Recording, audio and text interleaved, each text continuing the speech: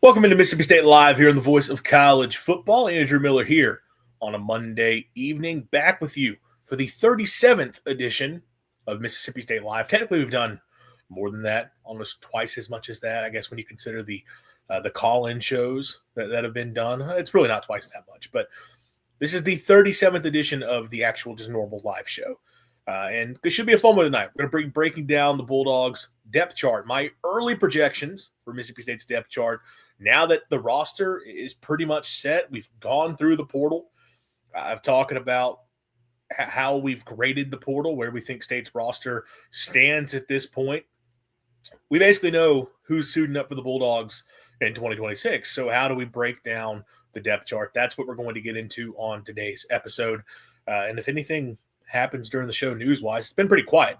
Typically you can count on a couple newsy things to break at some point leading up to the show, but not much to get into. I mean, basketball's not giving you much to talk about. I know baseball's coming up, and I'm sure we'll do some baseball stuff throughout the season as that comes along. But right now, it's just football news, and it's pretty quiet for Mississippi State news-wise, but that's why we're going to get into this depth chart projection.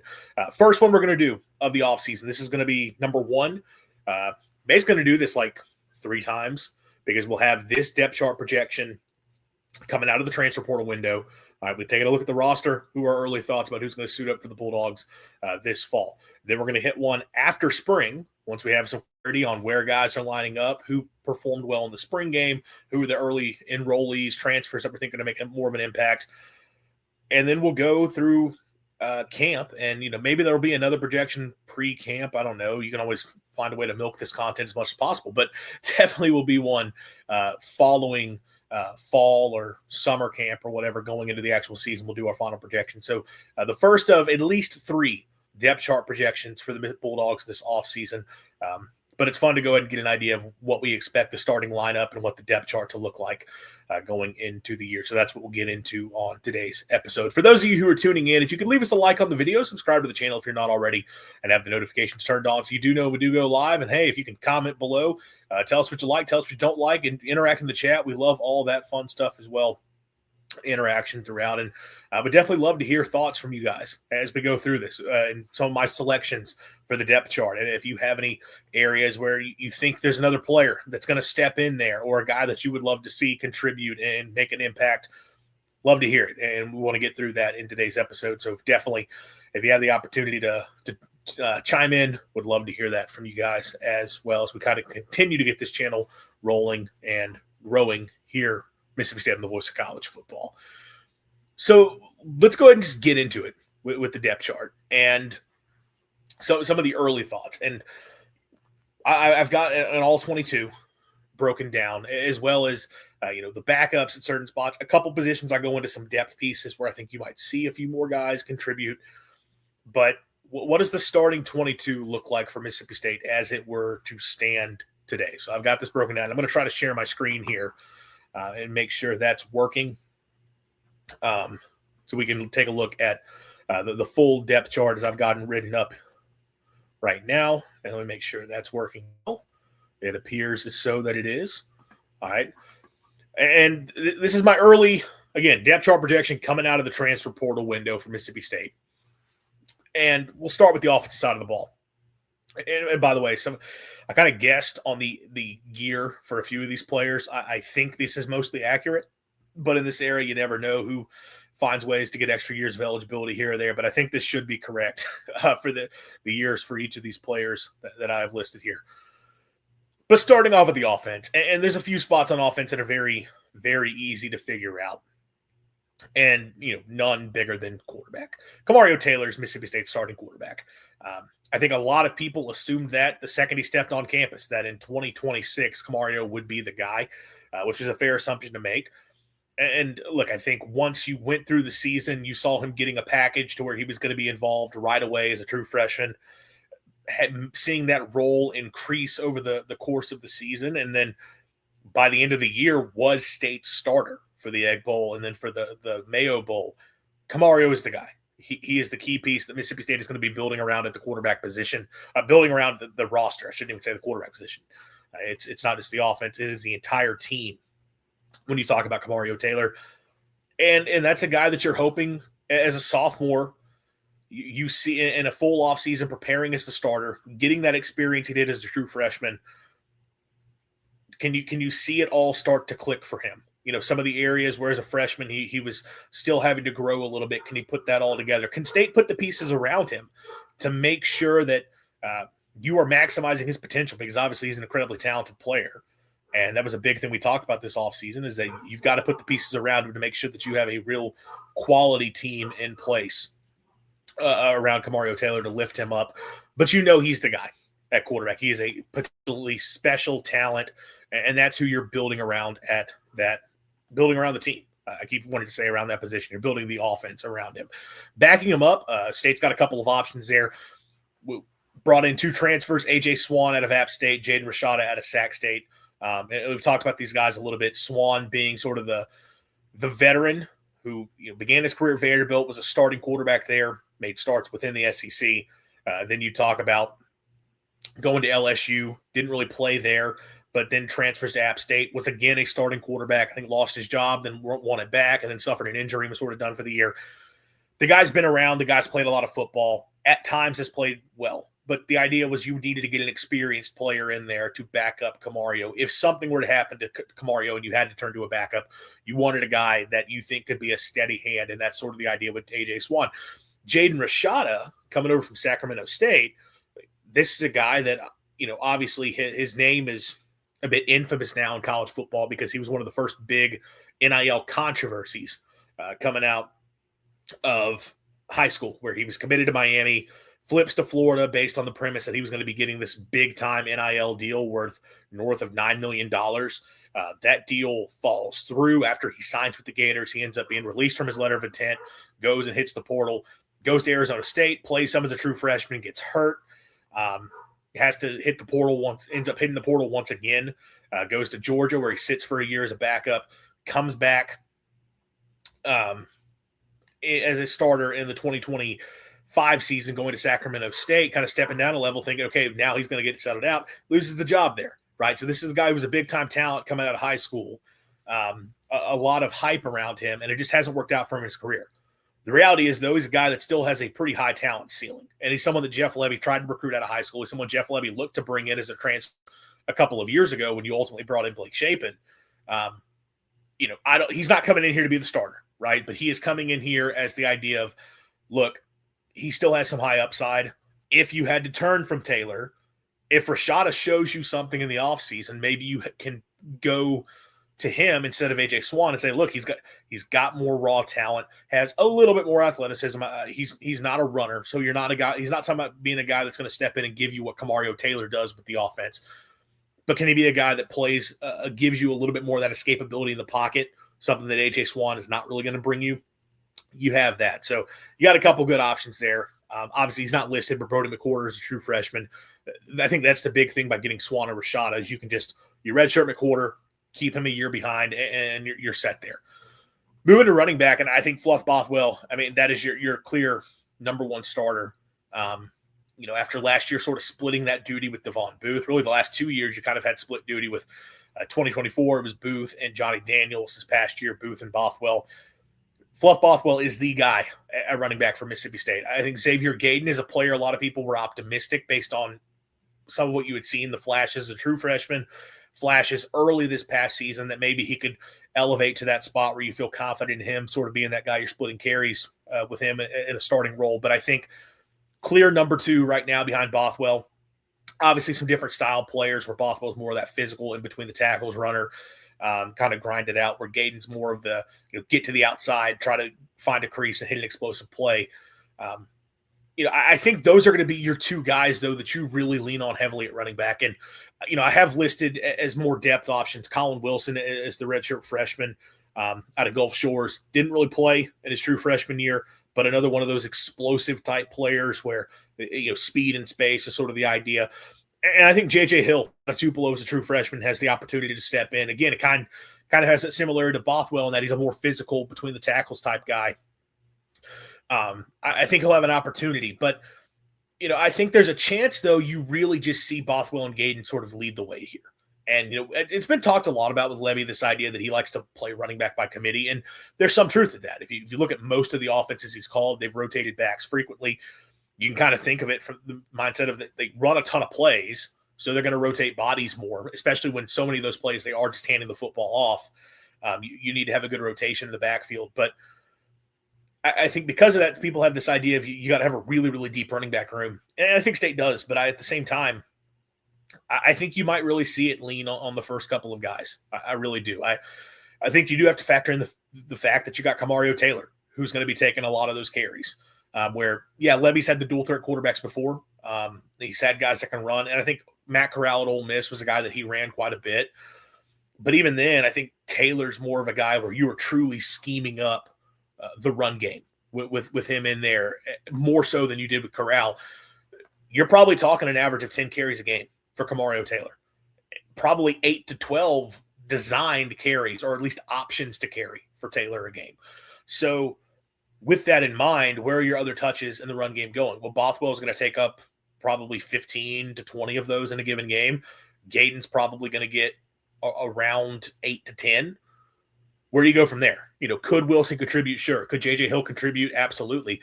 I wouldn't be shocked if J.J. Hill I didn't put Cooper Crosby. He's got the opportunity as well. Could both of those guys as true freshmen make an argument to get on the field? It's certainly a possibility. I wouldn't be shocked, though, if you redshirt those guys, even for as talented as they are. And look, I know there's talk that State need to go out and get a running back in the portal because I think people were not blown away with Bothwell down the stretch last season. Gayden did not take the step forward people were kind of looking for. I think you're okay. I still believe Fluff Bothwell, when fully healthy, could be a really good running back for State. I think Gayden, you're going to have to be more selective with how you use him unless he does show more development. But I like what you've got from a skill set standpoint with him, that you can still find ways to mix in touches for him. I don't think State needed to go out and get another stud running back. I think they're good with what they had. And especially, again, Kamario as a runner, being a factor, I don't think they had to go and find another body in that room. I think what they have, they can work with. And I don't think you need to be talking about rotating between 3-4 running backs consistently. I think having a top two, which really, in Levy's time at State, that's kind of what he's done, to be completely honest. Like, he hasn't really gone to the number 3 back frequently through 2 seasons. So I think it's going to be your top couple guys. Wide receiver, outside receiver, I've got Marquise Johnson from Missouri as one of your starters. And then I'm going with sort of an or. I've got Aiden Williams or San Francisco McGee. With Johnson, I think he's clearly coming in as, it's another speed threat. He was an outside receiver, big play threat from Missouri that didn't always get to be maximized because of the pieces around him. You just didn't have a quarterback that was consistently comfortable with making those plays down the field. You're going to be comfortable doing that in this system. I think he is stepping in and is going to play that Brennan Thompson role of who is our top guy to take the top off the defense. I think it's going to be Marquise Johnson. So I think he's in for a huge, huge season. With Aiden Williams and McGee, it's interesting because you're talking about a couple of guys who there's been so much talk off the field, but not as much on the field. With Williams coming out of Ole Miss, every offseason there was a lot of hype for him in Oxford. You would see the clips coming out of practice. He was making these big-time plays, and it just never really happened on the field. We had the one big reception at Ole Miss. I think they were playing Mercer. That was kind of it for him. Didn't make much of an impact. Comes to Mississippi State, and again, you're hearing a lot of good things about him. In the spring, he had an incredible spring game, and it felt like him and Kamario Taylor had a really good connection where they could make some big-time things happen. And you just didn't really get it with him. Now, he did take over as a starter in the back half of the year. I don't want to completely misrepresent. The fact he became a starter speaks to the consistency that Jeff Lebby saw of him. I think that's why he took that job from Jordan Mosley. Is Williams felt like a guy that I think Lebby viewed as a steady hand. And one I've talked about, I think he's the best blocker that they've had at receiver, which was such an issue for so long throughout the season. Having a guy that could actually hold his own out wide so you could throw some of those quick key screens, that's big. But he was also pretty sure-handed. When you did throw him the football, were they explosive plays? No. But he was going to reel in the catch more often than not and sort of be able to fight ahead for a little bit of extra yardage. He, I think, took advantage of the opportunities he was given. He was not the big play threat that you're looking for in this offense. Can he finally be that? Because he's a guy that, again, the potential has been flashed that he could be that. Does that happen in 2025? Sanfrisco McGee feels like a guy who could be that. Now, we've seen all the clips from him out of practices, and it's 2 straight years. I mean, even go back to his true freshman season. So much talk of like, man, that guy's special, right? And he had a big spring game alongside with Aiden Williams. He had a big camp, and people were like, man, Frisco McGee, going to play a role. You just didn't see him. He just did not play. Now steps into the bowl game with Brennan Thompson injured and catches a big play for a touchdown and shows some of that explosive capability that has people excited about his potential. Can he continue to build off that? I think those two are battling for that starting job opposite of Marquise Johnson. I think both of them are going to play a good bit, but I'm really interested to watch throughout the spring Williams and McGee. Does Williams finally break through and be the player that we've been talking about for 3 years in the state of Mississippi? Does McGee finally reach that potential? And, for him, he's still younger, right? This is his 3rd year of college football, redshirt sophomore. Hasn't gotten a lot of opportunities. Some of that because Levy just doesn't rotate the receivers the way that he typically might, or the way that other programs might. He kind of goes with his top guys. But look, some of it is other guys are just going to be more consistent. So I'm really interested to see how that pans out. At backup, the only guy I've got officially listed is Zion Ragens from Oklahoma. And I think he will play outside. Yes, he's a smaller, shiftier type kind of, but he also has the top end speed.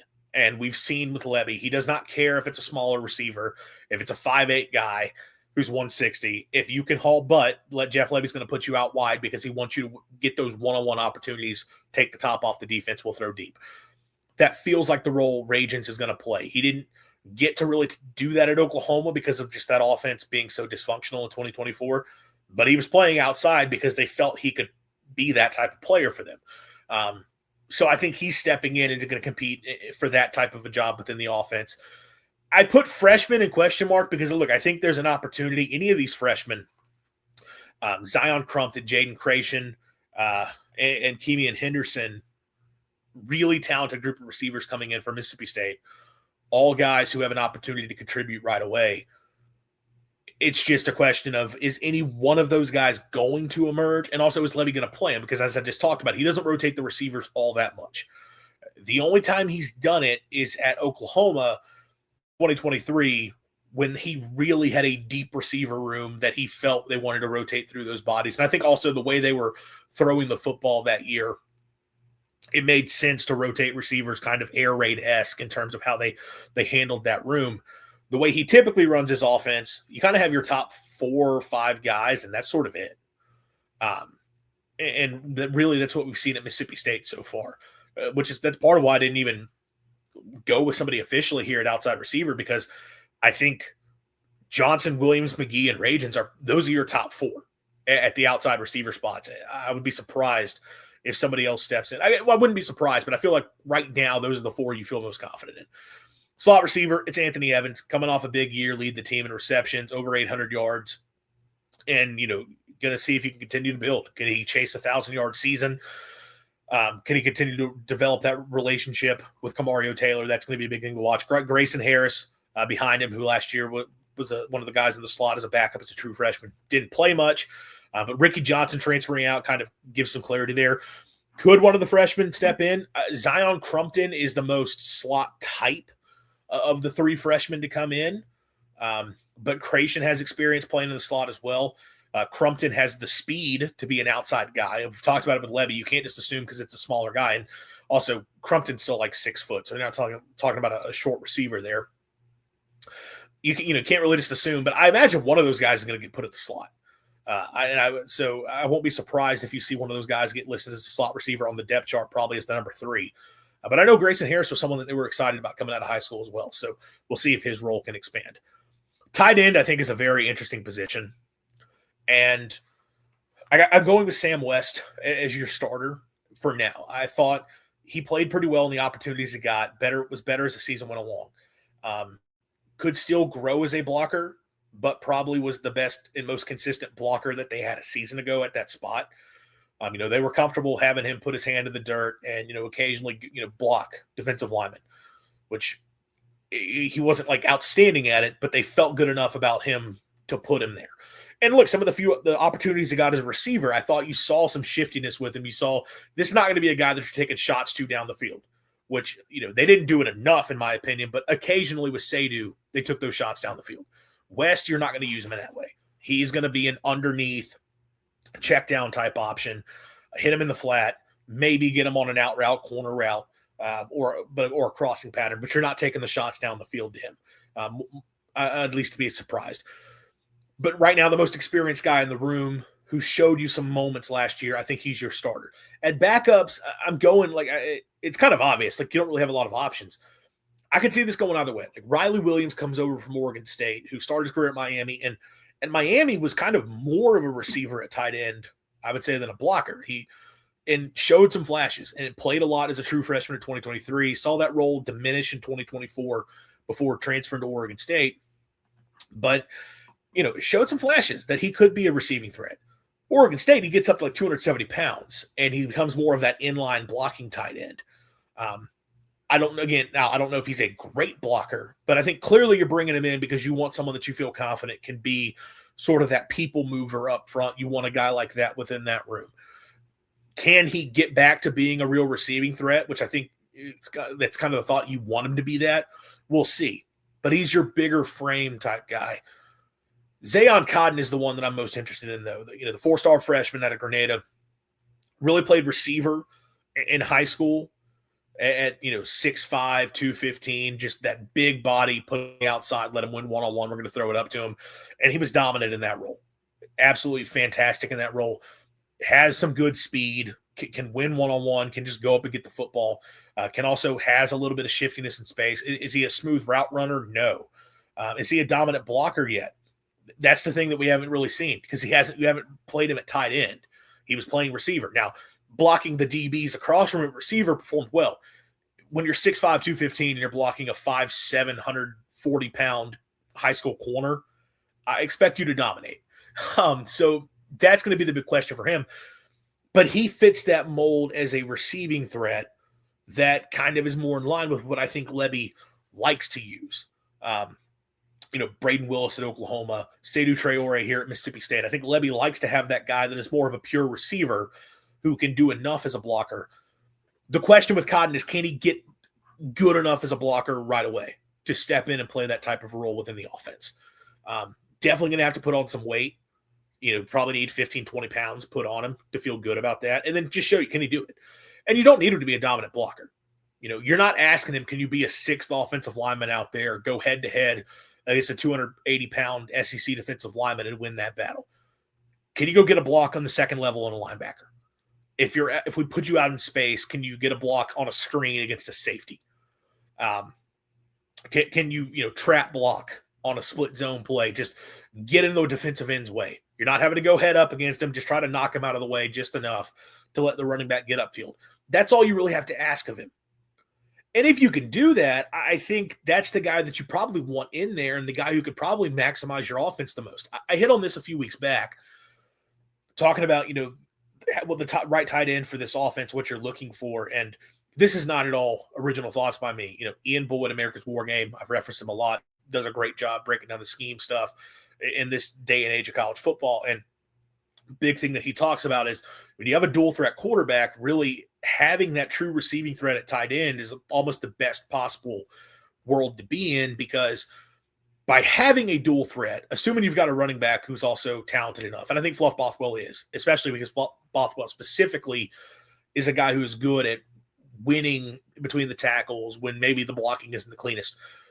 If you've got that and a quarterback who can run, you feel confident that you should be able to run the football adequately.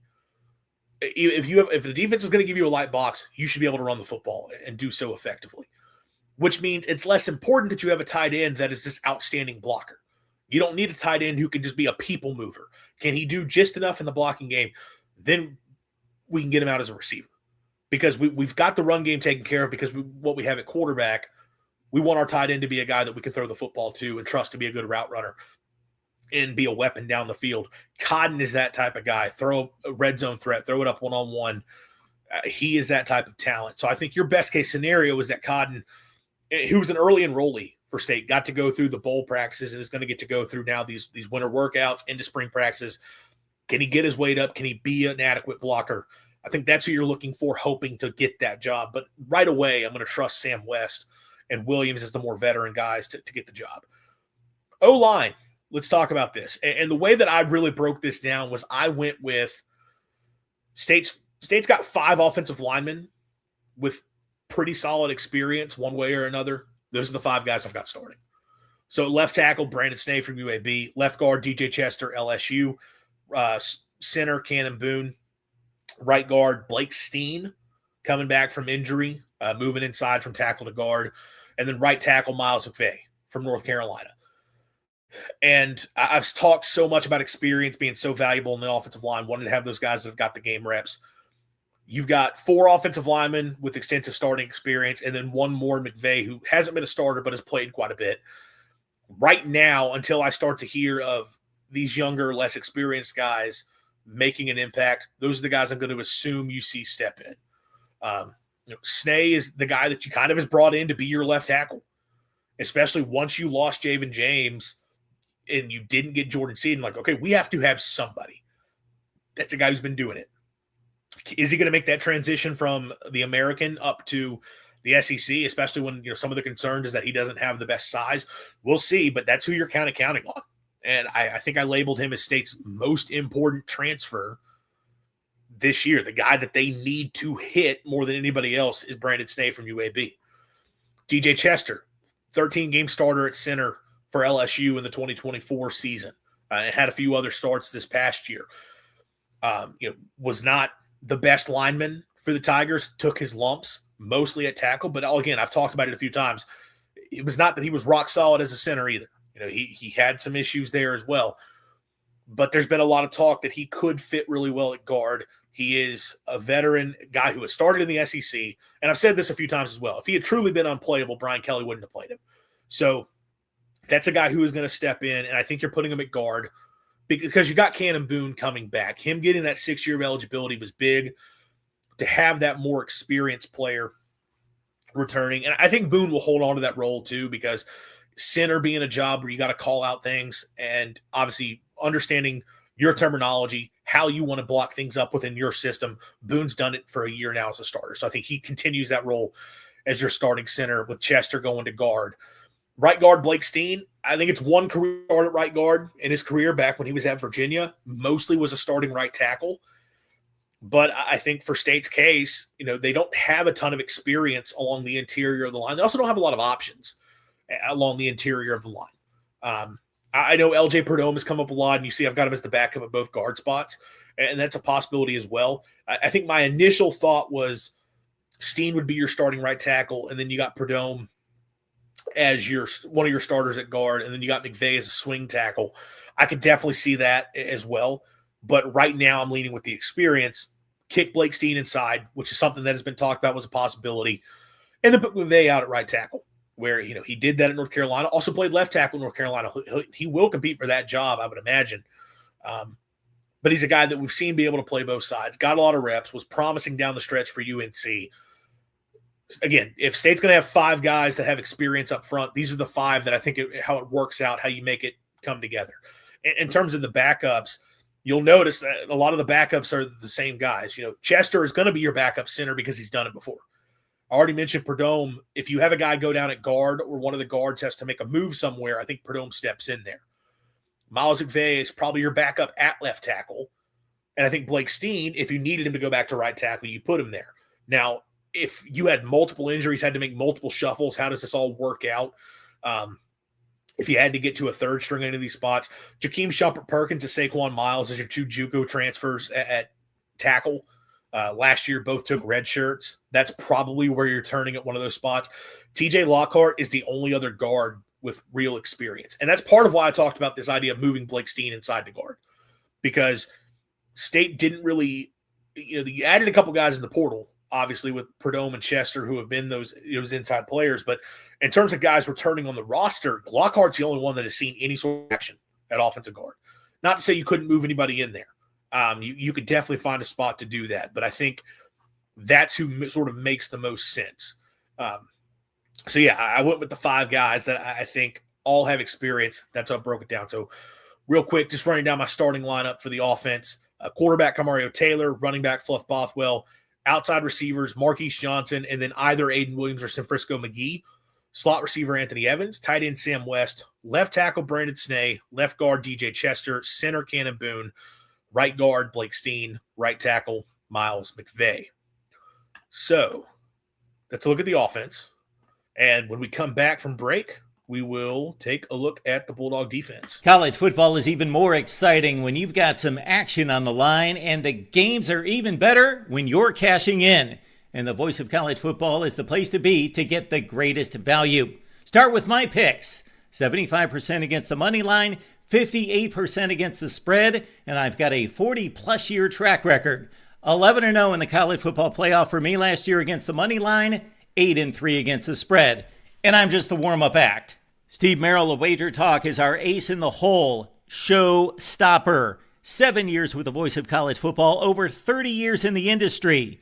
Steve gives us analysis on all the big games, but you can't miss Steve's weekly under-the-radar pick. 28-12 against the spread the last 3 years. You also get picks from some of our top analysts here at the Voice of College Football, including Corey Bratta, Matt Zemek, and Steve Dace. Check out those numbers. Become a YouTube or Patreon member for just $99 per month. Go to the main channel on YouTube, click join, and then select the betting tier. Do the same thing on Patreon. Make 2025 a winner now.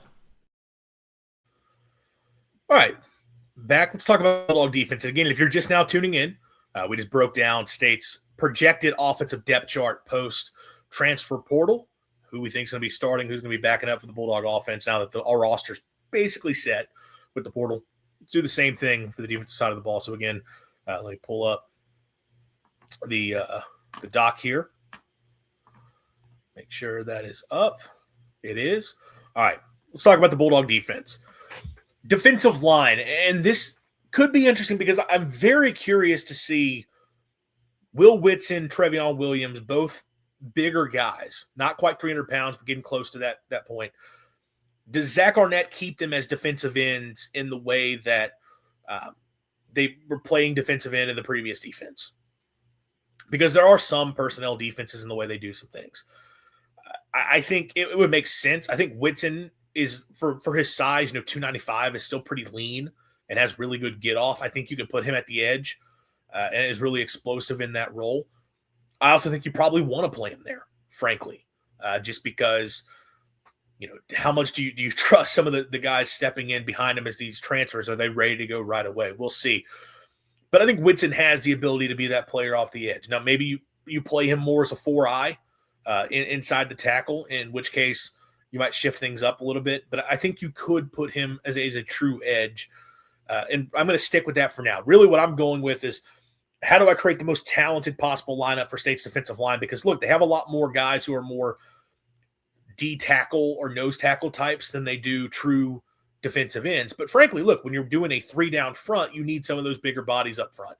So I think Whitson is going to be one of those guys, and I'll keep him starting at defensive end. But Trevion Williams backing him up. Jason Jenkins and Gus Cordova as your transfers coming in. Jenkins is a guy that we've talked about, showed flashes at Tennessee in 2024, led to him getting an opportunity with Florida State last season, didn't capitalize on it the way that they would have liked him to, and ultimately I think lost the job by the end of the year. You're hoping now his return to the SEC, I don't think you're counting on him to come in and be a starter. I think you were hoping, can he be a player that gets back to what he showed when he was at Tennessee as a rotational player? Can he make a negative play every now and then to really create some havoc for the offense? And then Gus Cordova is sort of the same way. And just that he's a high-ceiling young player. Look, maybe he steps in and is immediately able to make an impact and earn his way up the depth chart based on the profile he had coming out of high school. But right now sort of have them as those depth pieces at defensive end. Nose guard, and look, nose guard, defensive tackle, we'll see how Zach Arnett tries to shake this up. I stuck with Jere Bledsoe there in the middle as that 315-pounder, kind of the biggest guy of who I imagine to be the starters. Look, I've talked about it. I'm sort of on the Jere Bledsoe island, that I'm going to be on his hype train. I think there's a lot of potential there.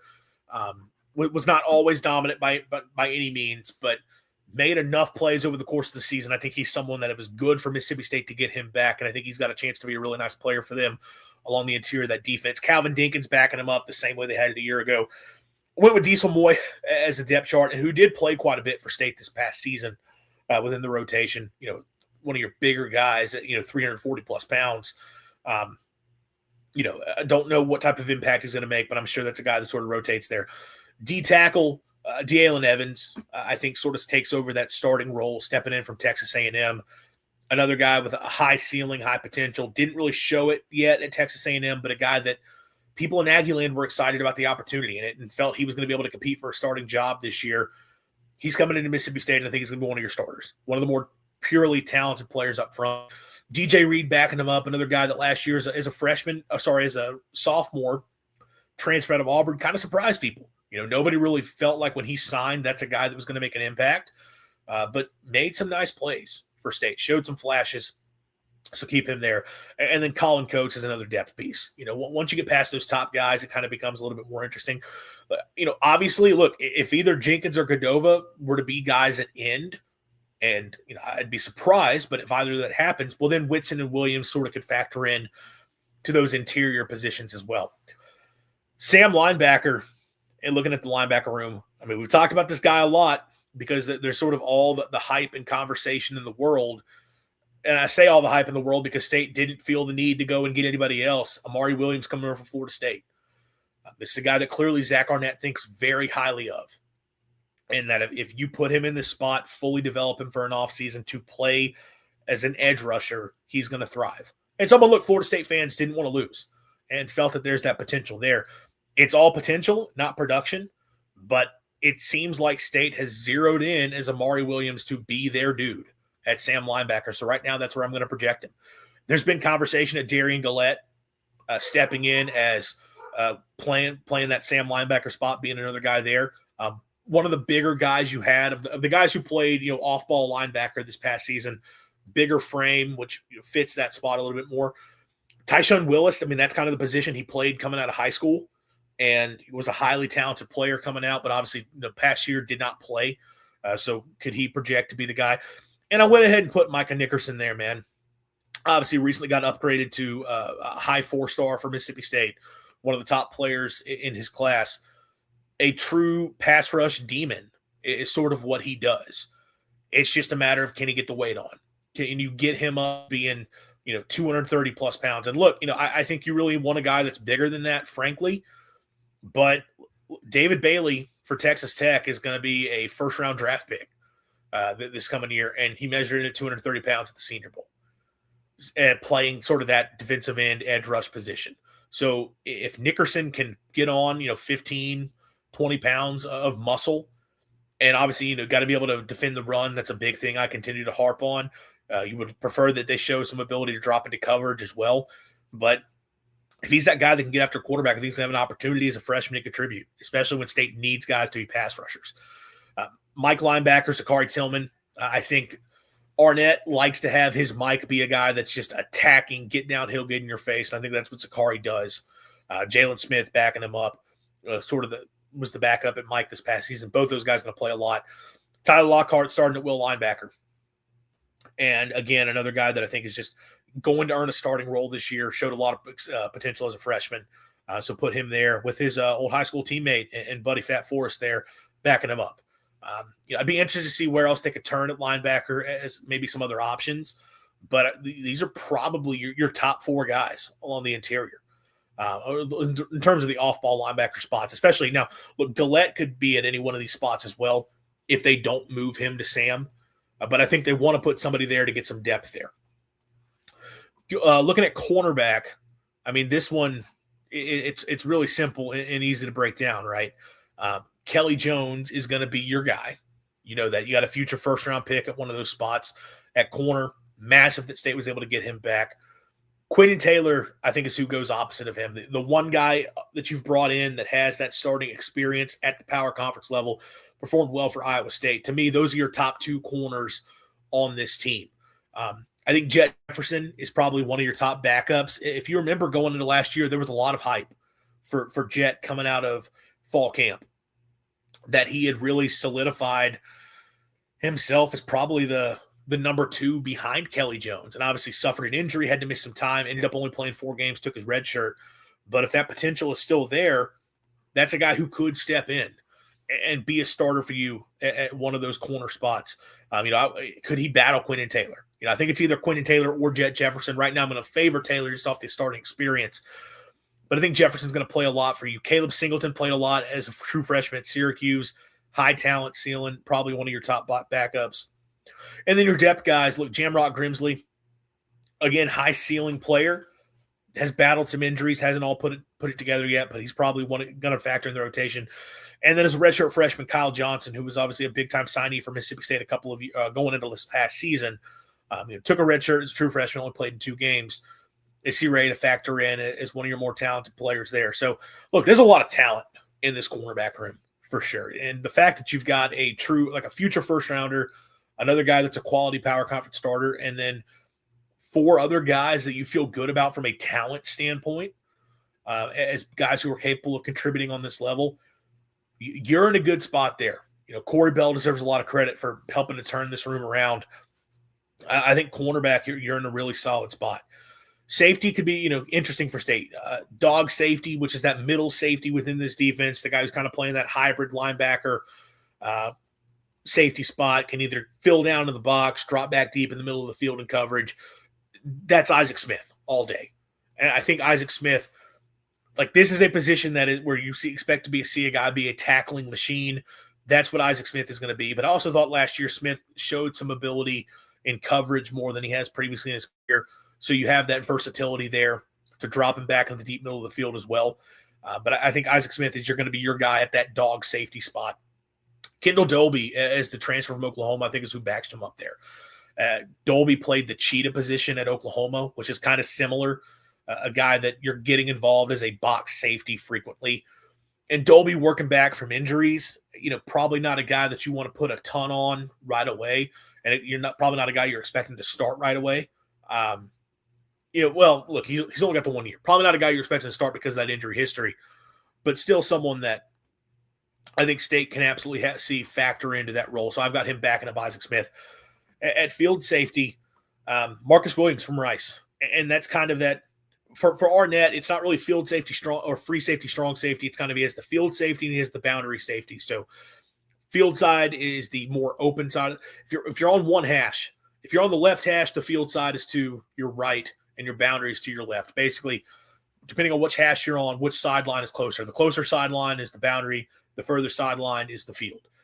And when it comes to splitting up field and boundary, the reason teams sort of go to that more so than a true free safety, strong safety these days is it really just requires 2 different skill sets. You really need your guys to be able to do both, ideally do both, but there are some differences where with the field safety, you want a guy that's got some range to him. You want a guy that's comfortable playing a deep half of the field, deep middle of the field. You also want a guy that's more comfortable in coverage because he's going to have more coverage responsibilities in that role. Boundary safety, a guy that the bigger thing here is that he's more confined to part of the field, so it's not as pressing that he's a lockdown coverage player.